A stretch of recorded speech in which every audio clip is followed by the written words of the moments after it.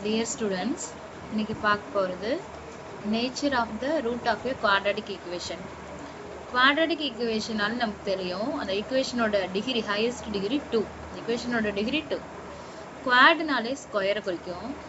அந்த quadratic equationோட graphical representation எப்போதுமே ஒரு parabola-வை தான் குறிக்கும். நம்மளோட given equation x square minus x minus 20 equal to 0.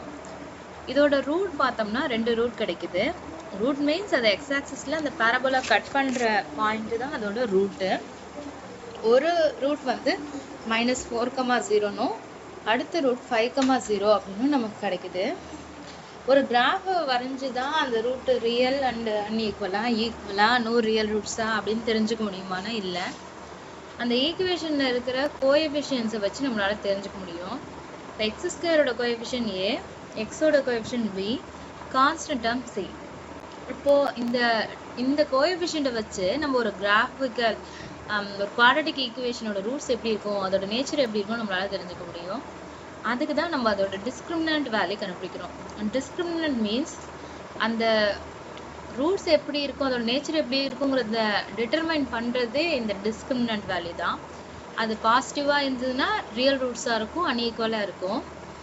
இப்போ பார்க்கலாம் b ஸ்கொயர் மைனஸ் 4ac அதோட டிஸ்கிரிமினன்ட் வேல்யூ கண்டுபிடிக்கிறதுக்கான ஃபார்முலா. இப்போ இதில் போடும்போது சப்ஸ்டிட் பண்ணும்போது நமக்கு ஆன்சர் 81 கிடைக்கிறது. 81 வந்து கிரேட்டர் தென் 0. அப்போது வந்து பாசிட்டிவாக டிஸ்கிரிமினன்ட் வேல்யூ பாசிட்டிவாக இருக்கிறதுனால roots are real and unequal. அதான் நமக்கு ரெண்டு ரூட் கிடைக்கும். ரெண்டு ரூட்டும் ஈக்குவலாக இருக்காது, ரெண்டு ரியல் ரூட்டும்.